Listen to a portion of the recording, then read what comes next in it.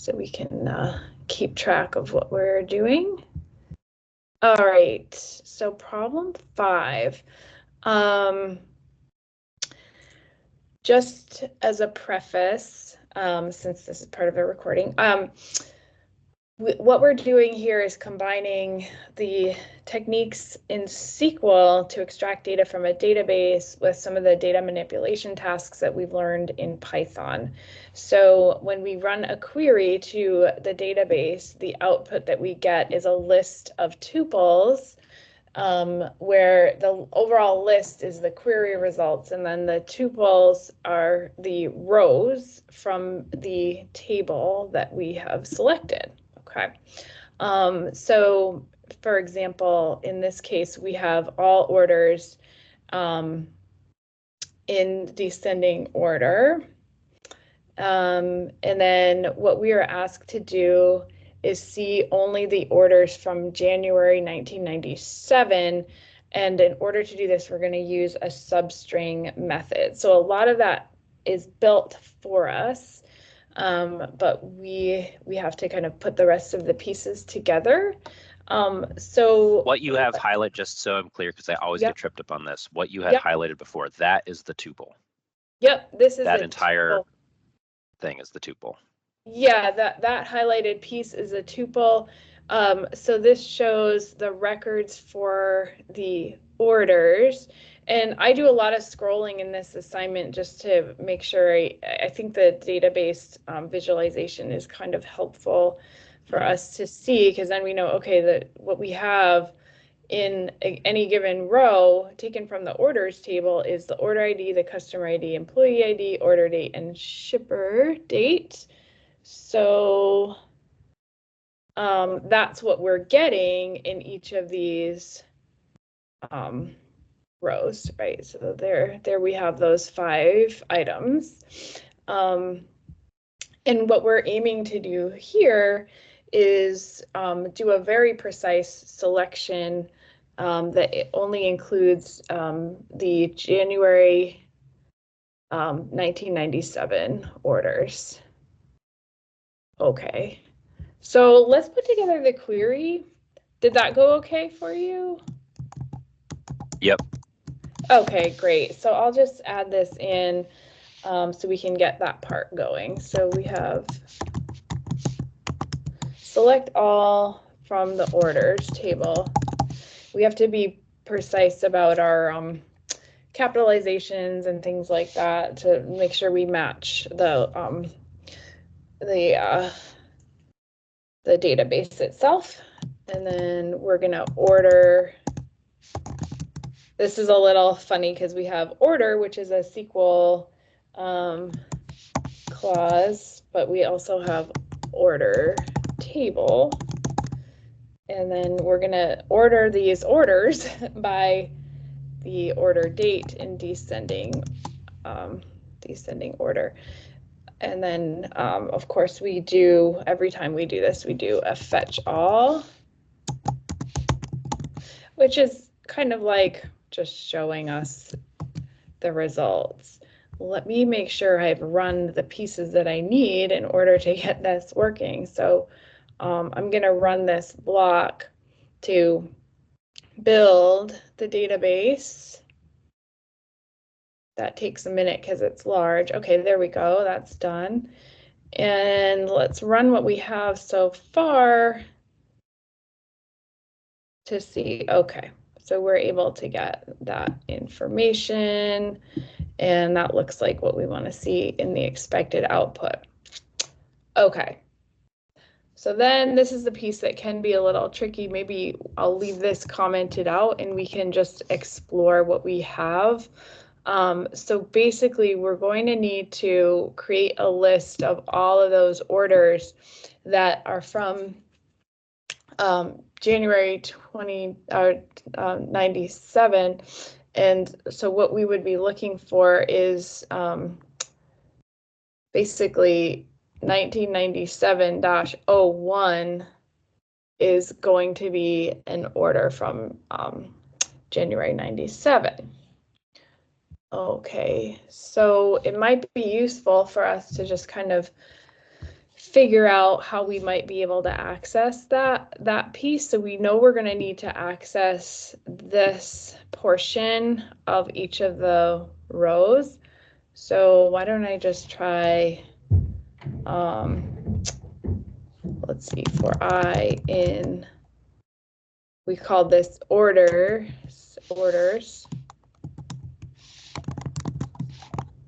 Let's just print each item. That's might be a lot of things, but let's see what we have. Okay, so there's each one. Okay, so we can index these according to their position. So we can index the items in each row according to their position. So we could look at this and say, okay, well, the order date is something we need to be able to target. So that's at position 0, 1, 2, 3, or we could, yeah, we could do that, or we could do -2. There are a couple ways we could access that piece, but let's just make sure we can do that. So what I'd like to do is for each of these rows, select just the order date. Let's run that. Okay, so that's going to be helpful. That's going to be helpful for us. Okay. Good so far? Yes. Yep. Oh, okay, great. Okay, so now what we have is we need to, okay, so we're going to iterate through that whole table that we saw, and it's this list, right? So this is what we're iterating through, remembering that I represents each one of the rows. It's in the form of a tuple. Okay, so then we want to check if the date contains this substring. So we can just take the 1997-01 and I am going to add this line and comment out the rest because it will help us kind of understand what we're doing. Okay, so for each item in the collection, if 1997-01 is contained in I3, so if it's contained in this portion of the record, the tuple, right now all we're going to do is print it and this should give us each row that contains that substring. Okay, so now what we're seeing with this filtering that we have is all of the records where the substring 1997-01 is contained within the order date. So that's great because then we can add only these items to a collection, and we're calling the collection January 07. This is an empty list. So if a record in the collection meets our condition, we can append that record to our empty list that we created. And I'll get rid of the print statement. And let's see if now we just have the elements that come from that one order date. Yeah, okay. So I think this is what we're aiming to do. Yeah, this is what we want to do. Let me make sure that's the right expected output. Yeah. Yeah, okay. Hopefully that's helpful, just breaking it down a little.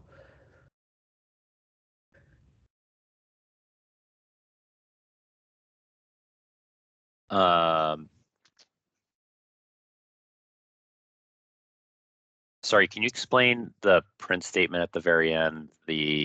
Oh, sure. Yeah, sorry. This part. Oh, yeah, of course, yeah. of course. All we're doing here is kind of simplifying the output so that we don't get every single record. We're just seeing the first 5 records. So this is a slice. And when we use a slice, we specify a lower boundary and an upper boundary. And if we just, and these are the indices of the elements within the collection. So January 97 is a list, and each item in the list is one of these. So this would be, this part that I've highlighted would be January 97, that's the collection, at index 0. This is January 97 at index 1, and then we go all the way up to 5 just to see a portion of our output. And for simplicity, we don't need to specify the lower boundary if we want to include everything starting from the first item in the collection. Gotcha. Okay. Yeah. Okay. Mm-hmm.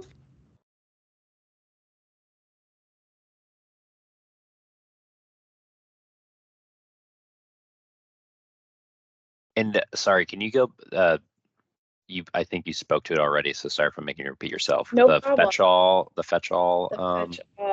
Mm-hmm.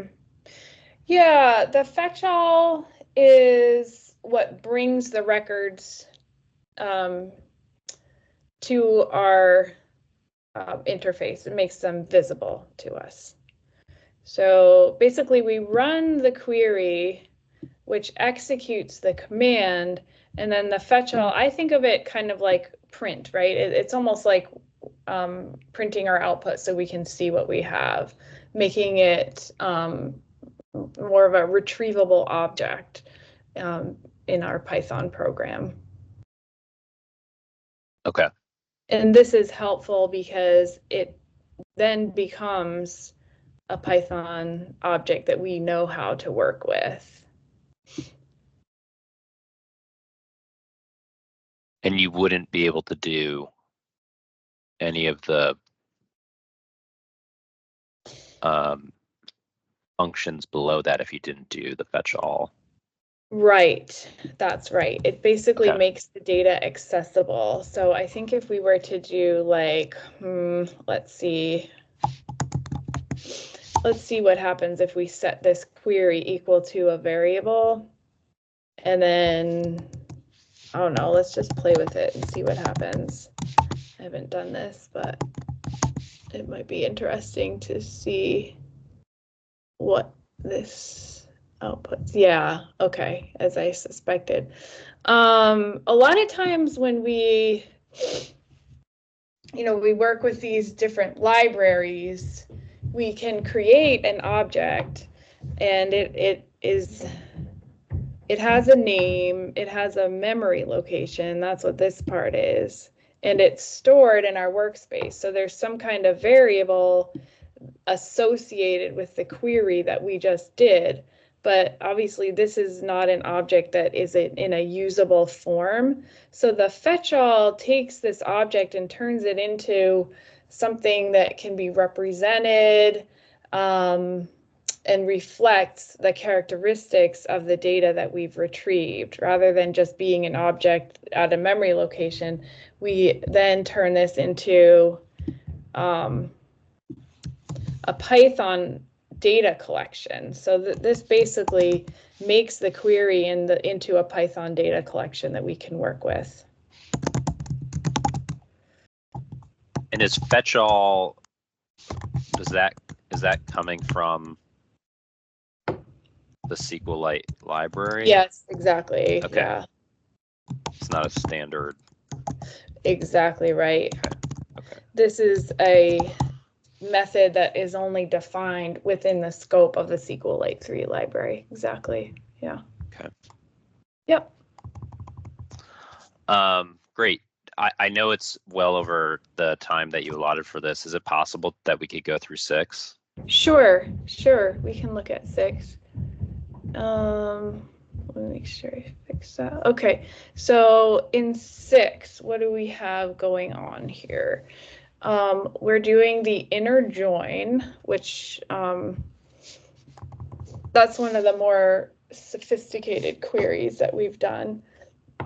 So an inner join is basically taking rows from multiple tables and combining them into another table. So we want to select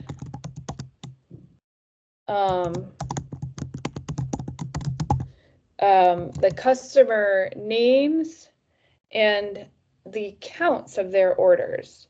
So we're going to take the count of orders, and really we can just add up any column in the orders table. And so if we just add up the order ID column, that should give us the count of orders.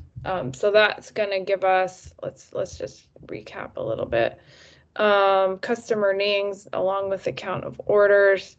Yeah, so this is what we would like to have as our result. We'd like the customer name and how many orders they placed.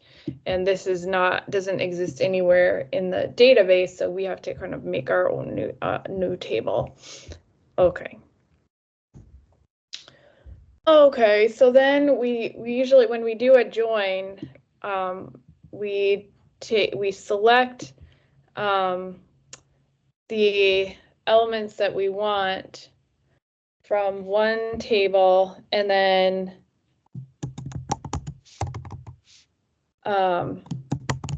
so we know this is coming from the orders table and also the customers table. That's where this information lives. So customer name is in the customers table and the order ID is in the orders table. So we can say, we could do this in any order. We could say from customers interjoin with orders, or we can do from orders interjoin with customers. So here is where we connect the two tables. So like I said, this orders could be switched with customers. We just need to indicate that we're combining information from two separate tables.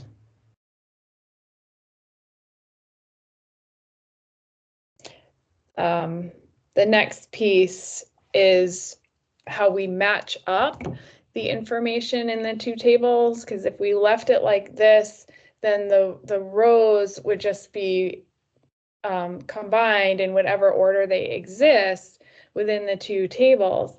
But we don't want that. We want the orders that correspond to a specific customer to match the name of that same customer.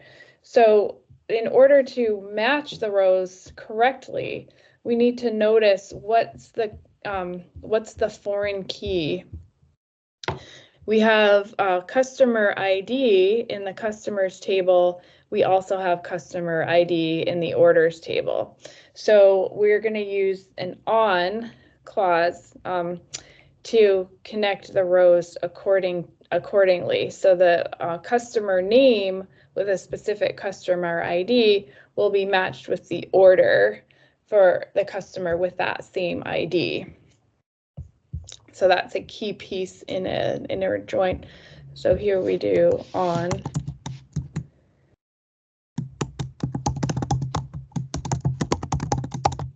And then we set that equal to ID equal to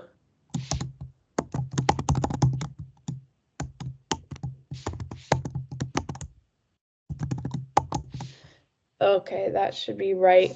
The last thing we want to do is just more for formatting the output, and we want to group by customer name. So group by. Okay, hopefully I don't have any typos. It's easy to make mistakes here.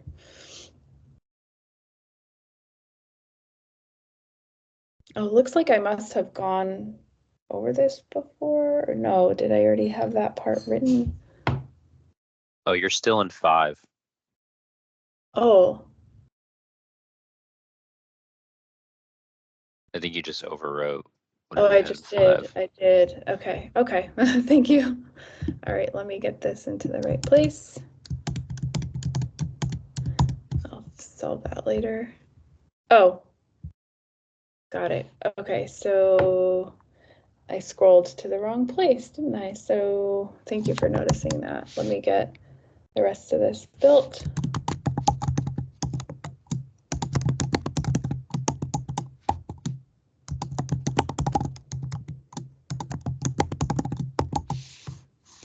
And there we go.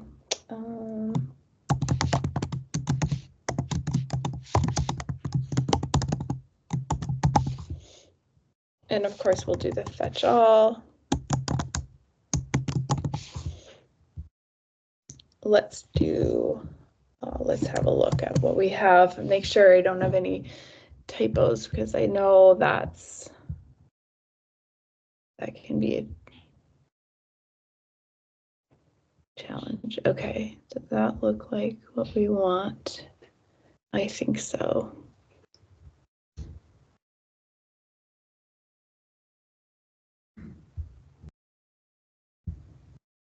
Yeah, okay, I think we're good there. All right, then part B, figure out the minimum number of orders. Okay, so let's explore this a little bit. So we know that what we've printed out is just the first 5 records with customer names and the number of orders that they placed. So we would like to just figure out what's the least number of orders that a customer placed. I mean, we can probably guess that it's going to be 1, but maybe we want to write this function so that it can be applied to multiple query results.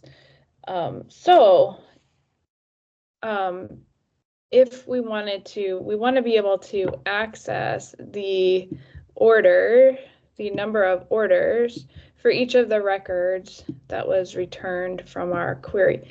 So how would we do that? So we have an object called C-O customer orders. So if I were to iterate through C-O, let's just print I to convince ourselves that we know what each element in that collection is. So each element is, again, one of these rows.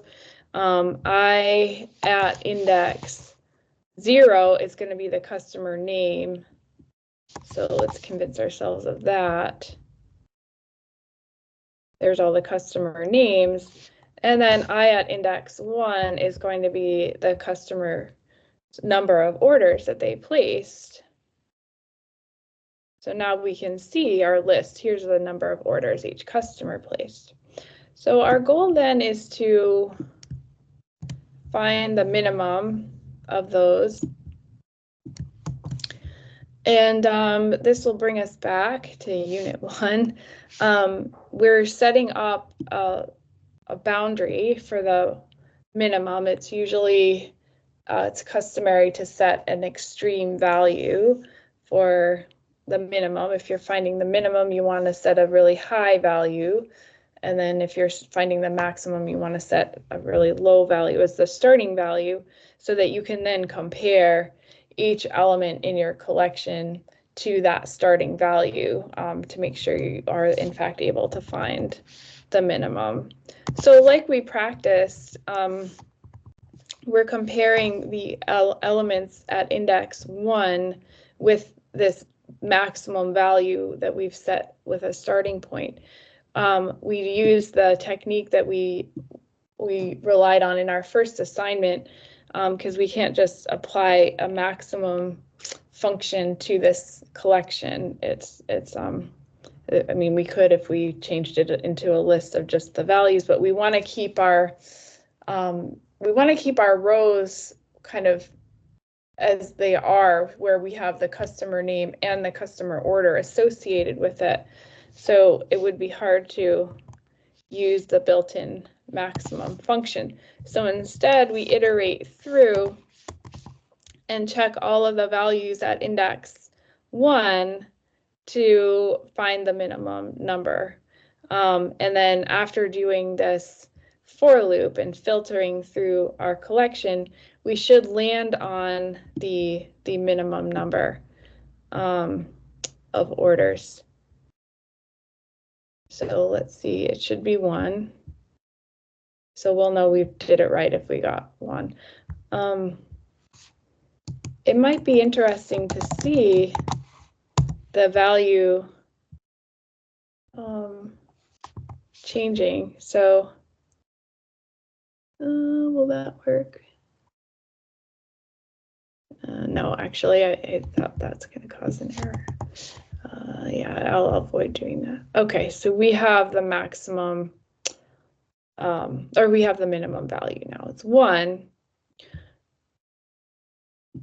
The next step is to find the customers with the fewest number of orders. So this small program is designed to look through each customer's number of orders, and then we want to print the associated customer name. So we want to go through and see, okay, how many orders did this customer place? If they have the minimum number of orders, we want to print their customer name. Okay, so we know I represents each of the elements, each of the rows. So we could say if I at index 1, we know that's where the number of orders is.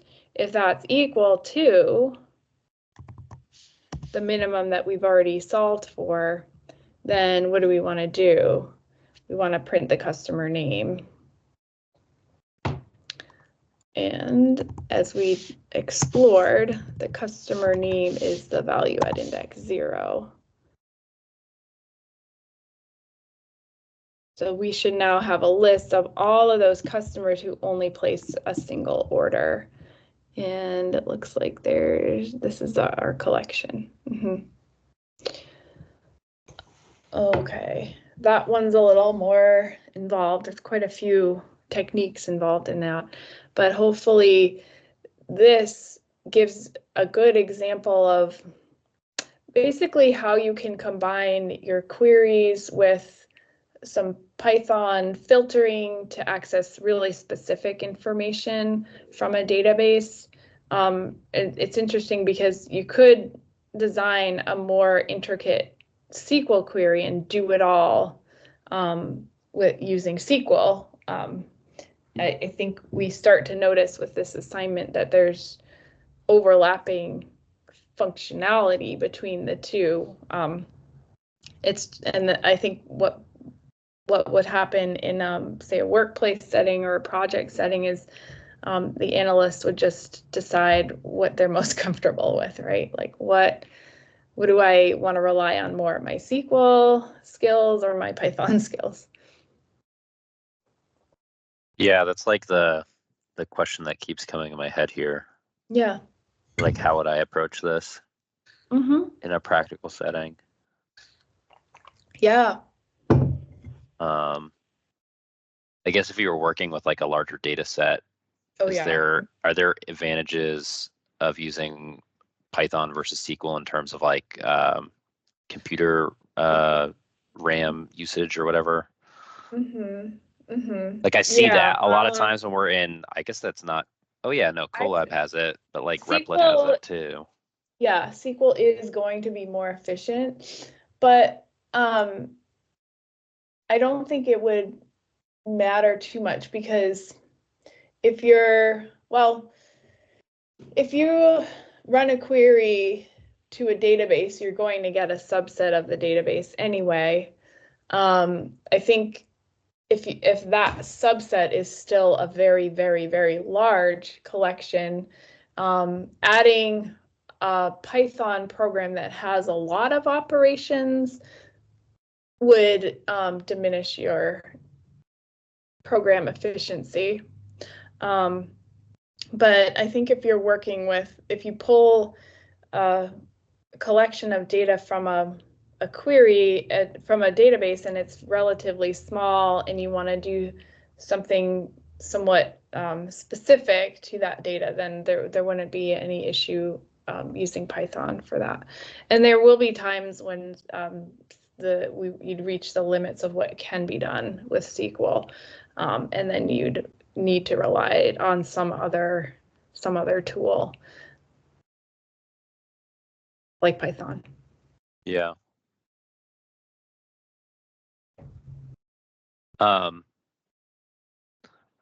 feel like you might have referenced this already in a prior module, but what is like Excel VBA considered? Oh, it's a programming language. Mm-hmm. It's its own unique programming language. Yeah.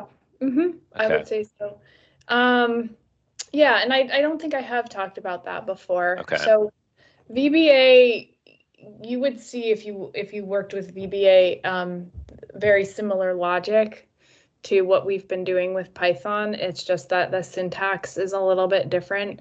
VBA is used to build macros, which is just another way of saying program, but of course it's in the context of Excel, that can do somewhat more involved and customized analysis. So what people will do is create macros with VBA to perform some kind of data management or analytics task that they know they'll need to run over and over again. So very much like we do with our Python functions. I see. Yeah, yeah, okay. Yeah. Mm-hmm. There's also there's a new library. Not sure what it's called, but there's been it's been less than a year, I think, where people have been doing a lot more with spreadsheets and Python. So you can basically write those kinds of specific analytics functions or programs that are attached to a spreadsheet, and that's been pretty powerful. Oh, okay. Interesting. It's pretty cool. Mm-hmm. Yeah, we use we use Excel probably too much. Excel is great. It can do so much. It can. I mean, it's more like it's most powerful in just like ad hoc and exploratory analysis that we do. Sure. Yeah. But I'm not on the data team. We have a data team that we sure. work with, and they do a lot of work. I actually don't know what platforms are using, but they use like Power BI through Microsoft for dashboarding. Sure. And I don't know what they're using to like actually write those things, but a lot of times it's like us trying to we'll do our own exploratory data, whatever you want to call it. I don't even know if it's analysis, but we'll go, okay, I think this is the thing we want, and then we try to work with them to like define a more sustainable and like replicable process. Got it. That makes sense for more than just us too, right? Like that's the other thing is like we try to make things that are for other users, not just us. Sure. But yeah, the Excel stuff I feel like is we do like it's almost like a joining with VLOOKUP. Okay. Like we're pulling data in from different worksheets or tables using VLOOKUP a lot. And a lot of times it's like troubleshooting it to like match up.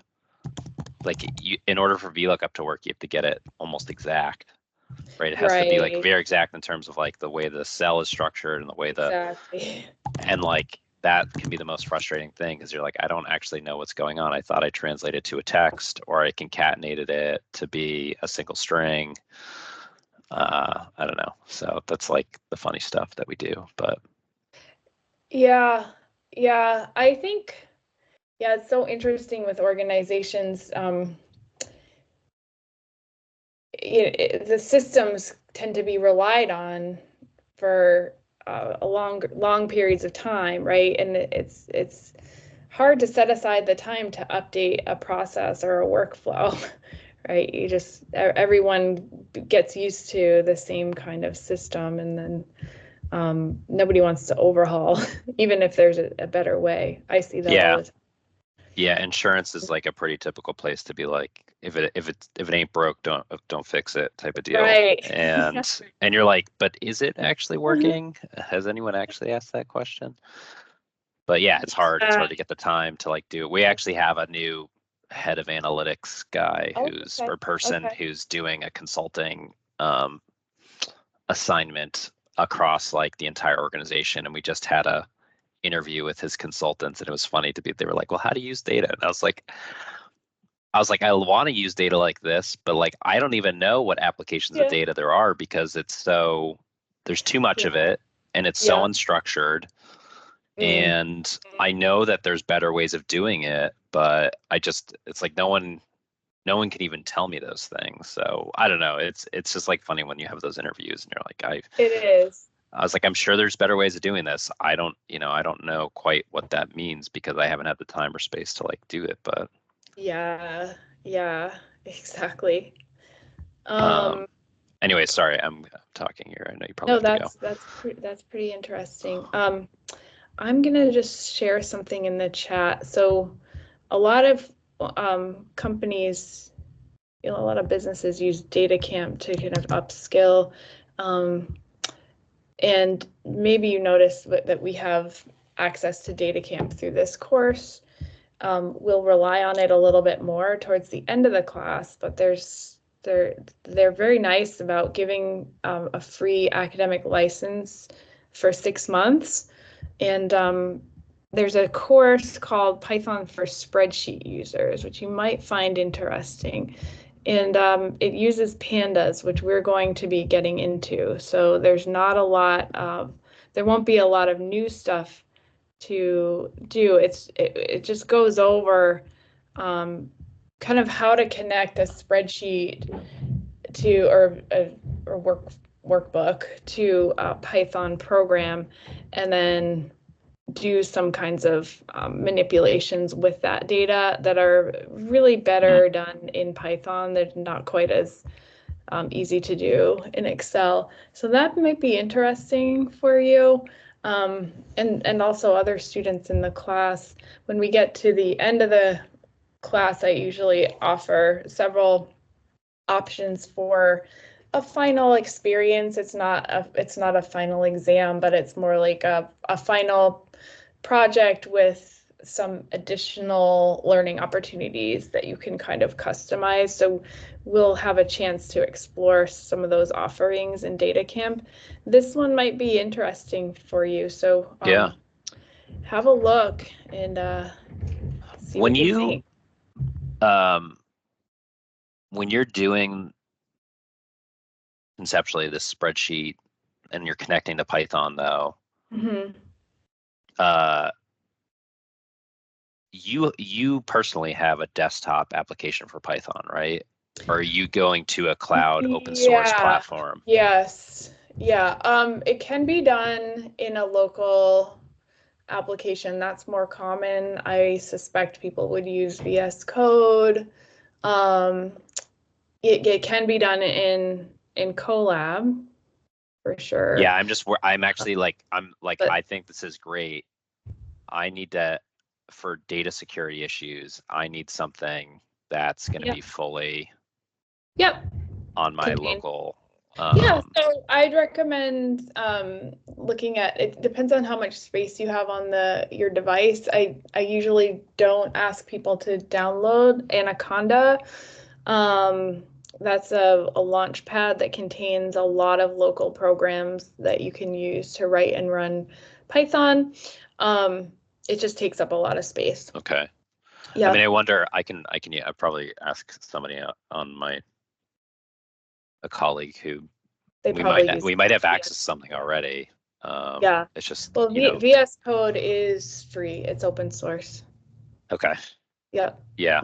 Data security has been like wild these days, especially, I don't know if you saw that Change Healthcare thing has made our lives pretty tough. Oh man. Oh wow. But it just like, it gets to another level because I feel like the lawyers that we work with and some of the data security folks are just it's so heightened that you're trying to get some stuff done, and it's like, wow, it's an extra level of like minimum use. Okay.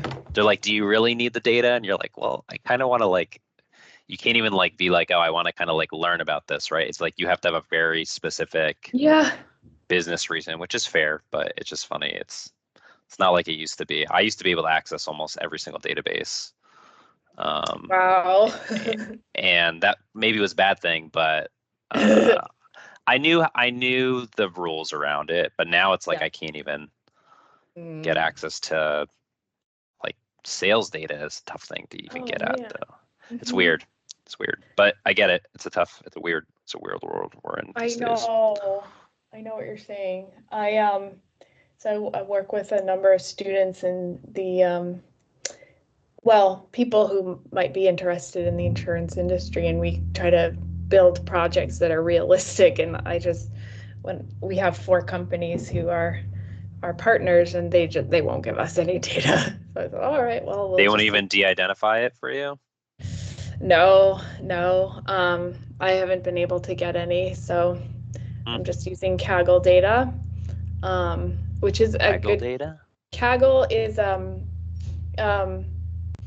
it's an online platform for different data sets, and people analyze them mostly using Python, sometimes using R, but it's kind of cool. It's just Kaggle, Kaggle, and they have data sets on all kinds of different topics. So I was able to find some related to insurance. So cool. My students could do projects on that. So predicting claims. I mean, I don't know the insurance industry that well, but I have learned that it can be advantageous to use predictive models to anticipate things, like obviously fraud, trying to detect fraud is one that's popular. Anticipating when someone's going to make a claim. Predicting customer churn was the other data set that I was able to find. That one is totally simulated, so it's not even real data, but it's a good learning experience for the students. Yeah. I mean, it's a thing we've talked about.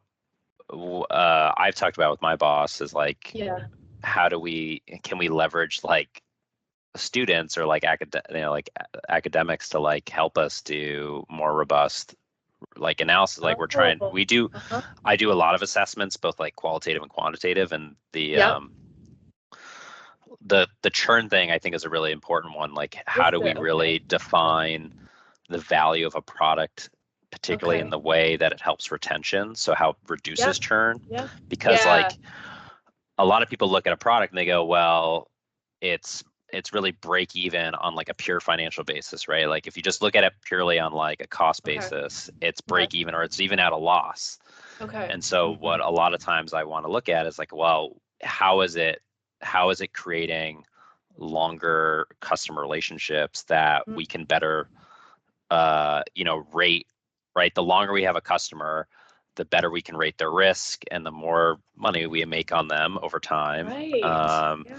And so getting to that specific number is really, I think it's really challenging, and I haven't had to like take the time to do it. But if you could like prove that, if you reduced or you increased tenure or whatever it is, churn, whatever you want to call it, like if that N is net positive, then like it's, for healthcare where our premiums are so high, like that's millions and millions of dollars, even on like an annual basis, right? Like if we can improve retention by 0.5%,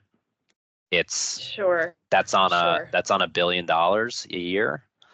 So I don't know. It's a thing we talk about a lot because I'm on the product team, and proving a business case is pretty difficult. So we do a lot of assumptions of like, we kind of look at it and we go, well, I think it's kind of this, but to do like a full like historical modeling and bringing in benchmarking too, like that's the other thing is we get bias data from like our internal data sets, and how do we access industry data to look at benchmarks, because that's an important piece that we don't. You need comparative data to actually provide more insights. Right. But the churn thing is a pretty cool one. It has been hard to find realistic data like you're talking about, but that's really interesting.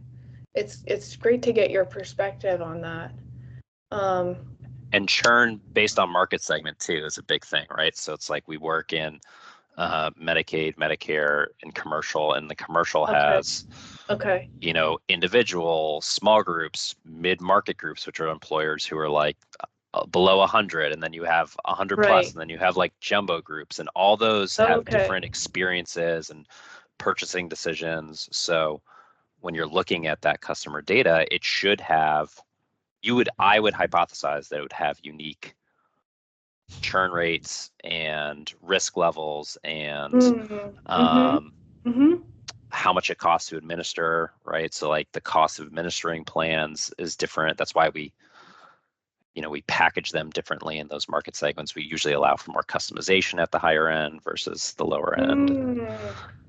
Oh, that's so interesting.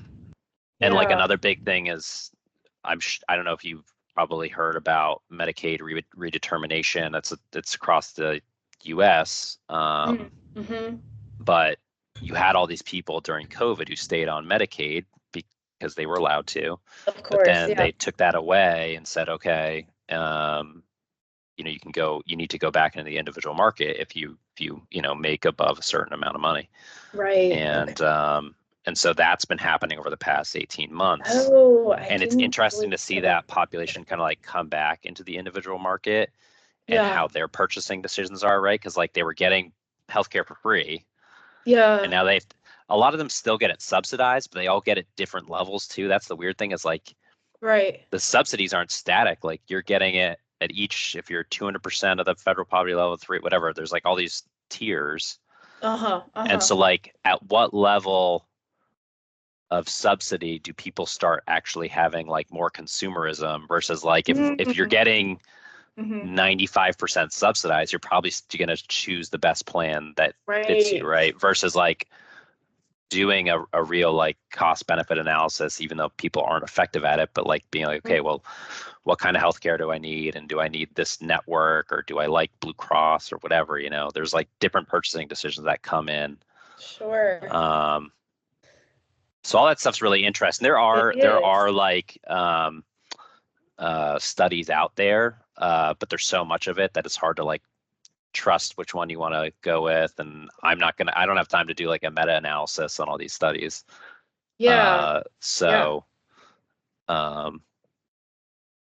Anyways, I'm rambling again, but like that stuff is really cool. This is pretty interesting to me. This is very much in line with the kinds of conversations I've been trying to have with people in insurance, because it wasn't my idea, but the dean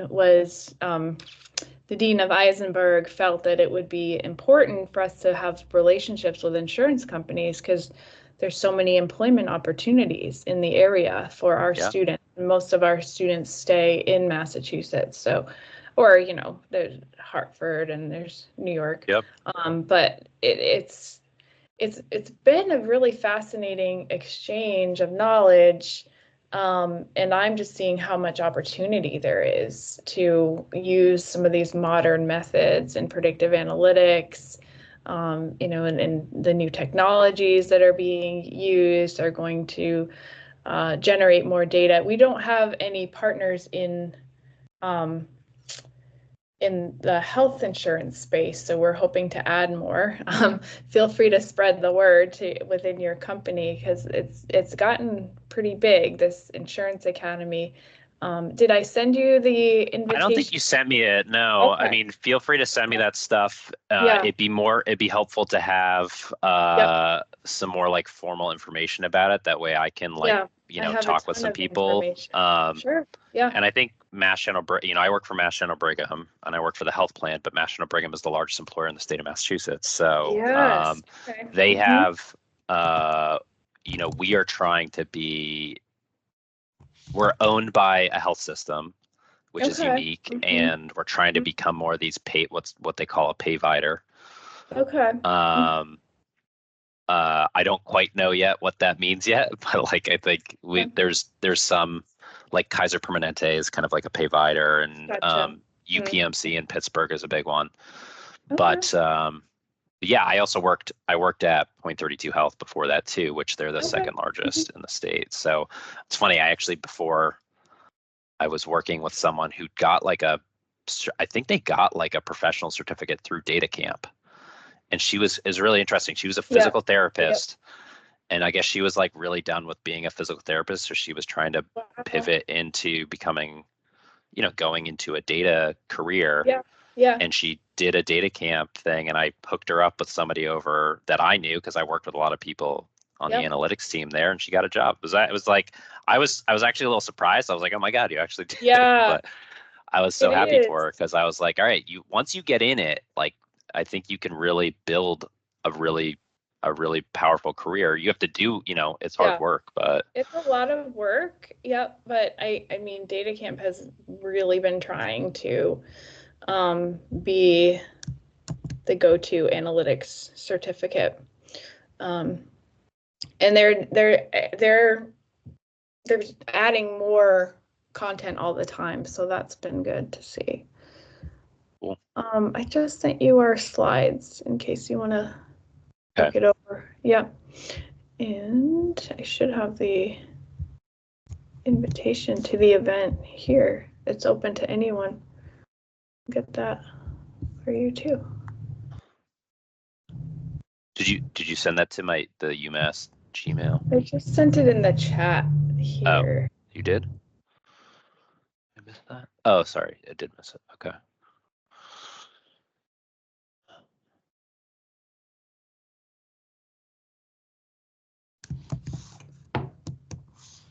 And how long has this insurance academy been going on for? Oh, 2 years. Really 1 year that it's been established. Okay. Yep. So we did kind of a pilot last year with a few students who ran a case competition, and we now have a little over 45 students in the club. I have 11 students working with me on industry projects. So they are they're learning predictive modeling. They did some pre-work in Data Camp, and now they're working on the projects, the ones that I mentioned.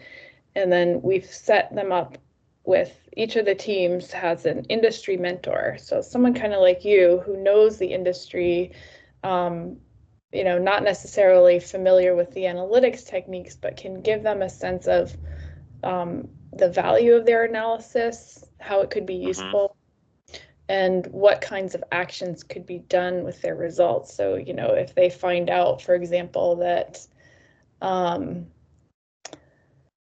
if they find out what factors seem to be most closely associated with a customer's tendency to leave, to churn, we were asking the industry mentors, what could the company do to try to retain them, that kind of thing, because we don't know. Yeah, that is the most important part. Like, I could get lost in data all day, which is not a good use of my time. But I do it. I have one direct report who he actually is probably more talented. He has a lot of talent in Tableau and Alteryx. Oh yeah. And so he's more. He has his master's in public health administration from BC. Okay. I can't remember. Anyways, really nice guy. But he oftentimes what I talk to him about is like, okay, when you show me this data, how are you going to explain this to my boss? Like, how are you going to explain it to people who aren't familiar with data? And why does it matter to them? Because if you can't explain that, then it doesn't matter. It doesn't matter at all. Unfortunately, but you have to iterate on that, right? And so you go through it, and then you kind of meet with people, and they go, okay, well, this doesn't make sense to me. Maybe you need to think about this variable, but they only give you the concept. So then you have to take that conceptual variable and figure out how you're going to layer that into whatever data that you created, right? So they're like, I think you need a clinical component here. And you're like, oh God, do I need to put in diagnosis codes, or do I need to put in, do I need to look at system levels and start to look at there's risk stratification levels that we bring in from Johns Hopkins does a data set for us, actually. I forget what it's called. Yeah. somehow we have a data connection. I forget what it's called, but I think they have like predictive modeling that we send them a bunch of data and then they send us back like a table set that our care management team uses. And so they'll be like, okay, well, this person is most like, we're pretty sure they have diabetes and we're pretty sure they're high risk. And so then our care managers call them and they, okay, like, is this true? And do you need help managing your diabetes? Oh, wow. Okay. It's not, That's it's really not practical example. Yeah. And it's again, like conceptually makes sense, but I don't think in execution, we still like it lacks the effectiveness that it probably should have. So we're also trying to figure out how we like layer in other machine learning and or like applications that can better automate identification and outreach. I see. And so that adds really like another layer. Yeah, that's great. That's yeah. I think so yeah, there's a lot of things in healthcare. Healthcare is really interesting because people need it, but they also really don't like health insurance companies. So that's what we have to figure out. How do you improve that too? Very different from the types of insurances that, I mean, these are all really great companies, but very different type of interaction. And risk levels too. Like they're just dealing with a totally different type of risk than we are. Right. Yeah, that's all really interesting. Our students are they get wrapped up in just the analysis. They don't have experience pulling the data or even thinking about what variables would they want to include in their analysis. And then when they come up with the solutions, they're very theoretical, right? We're not thinking about how this could actually be implemented in a real business setting. So that's what we're trying to just kind of build out those two ends of the project. Yeah, and there's different end users, right? Like there's audience, like there's senior leader, like executive level dashboards that you need to create versus like work group dashboards where there are very tactical applications of it. There's data that you monitor, which probably has less tactical like things you're going to do with it. It's more just like, okay, well, how risky is our population getting? And things that you just kind of need to like call out. I'm trying to think of like an example. Some of it is, it's usually what we call medical loss ratio, which is like the core financial KPI for us, even though it's like very flawed. Someone tells me and I go, well, I need to know more. But that's usually like a big one for us where people go, oh, once you break 88%, like 88% is basically like our break even. And so if it goes above 88%, people go, uh-oh, what's going on? And then like if it goes, and then it's always funny though, because like we have actuaries, right? So we have people who are like, they're like beyond, like, I don't mean to like say this in a derogatory sense. They're beyond data nerds. Like they are so much on a different level. And I'm familiar with the persona of the actuary. Yeah, but that's really interesting. So we need to rely on them for a lot of things, but it's like we need to use data too. And so like we have to figure out the avenues that make sense for us to do data analysis versus like a lot of our exploratory data leads into a request to actuarial where we're like, well, we see this happening. Can you confirm that? And they go, okay. So you got to like put in a formal request and they do whatever it is that they need to do within their claims. They work with they'll work with Milliman. I don't know if you've heard of Milliman before, but they'll work with Milliman, which is a huge national like actuary firm, like a consulting firm that a bunch of carriers. So it's basically like, oh, if you really need to understand your risk profile in a very concrete way, you'll go hire Milliman to help you come up with, this is what your risk looks like, and this is what you can expect. And I don't know if you heard of what risk adjustment is, but like risk adjustment is a huge part of the individual market and the finances at the end. So anyways, like that's another thing is like there's a bunch of people who are like their job is to like do that work, but they have so much else on their plate. Like there's like things that get lost. And when we build business cases, you have to come up with something that makes sense. At least to get it to a point so they go, okay, well, like that makes sense, but now we need to confirm your, rough findings or hypothesis in the data that you queried. So I actually have an assessment on a product right now. I'm trying to figure out if we're going to sunset it or not, even though that's not my recommendation, but I've had to pull a lot of like sales data and claims data, a few other things. So even like customer service data is an interesting application. Like we don't have it yet, but like using the natural language processing applications to data mine all these transcripts. It's not perfect, but that's like a huge thing for us. Like how do you improve your feedback mechanisms through the data that you already have? But there's a lot of work is going to go into that. There's so much potential there. Yep. Well, great. Yeah. This is awesome. Yeah, it's great catching up. I'm learning a lot. But you said there was an event. So I shared the invitation to that in the chat as well, and I can share a direct link to the RSVP. It would be great if you're free. We'd love it, and anyone else from your company too. We're trying to cast a pretty wide net here so we can get to know more people in the industry. So I just shared the Eisenberg event page. Okay. Yeah. All right. Great. Yeah. Friday, April 5th. Oh, yeah, I should be around for that. Cool. Oh, and you said this was in Boston, right? At the UMass Club? It's at the UMass Club. Great. 32nd floor. It's a great view. Yeah. All right. Well, thanks for your help today. Yeah, good to see you. Good talking with you.